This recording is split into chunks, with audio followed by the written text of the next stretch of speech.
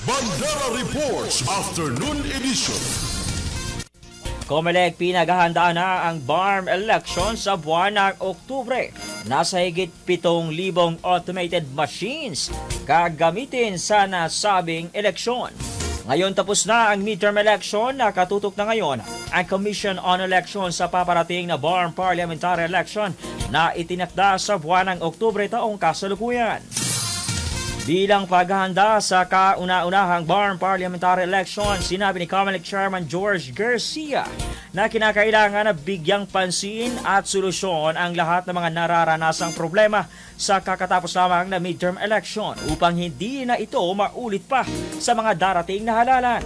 Nasa 7,000 na automated counting machines o ACM ang gagamitin sa BARM parliamentary elections. Habang nakatakda naman sa July hanggang August ang printing ng mga balota na gagamitin sa BARM polls. Nauna nang sinabi ng COMELEC na ang 2025 ay tinaguriang super election year dahil 3 na magkakasunod na halalan ang gaganapin.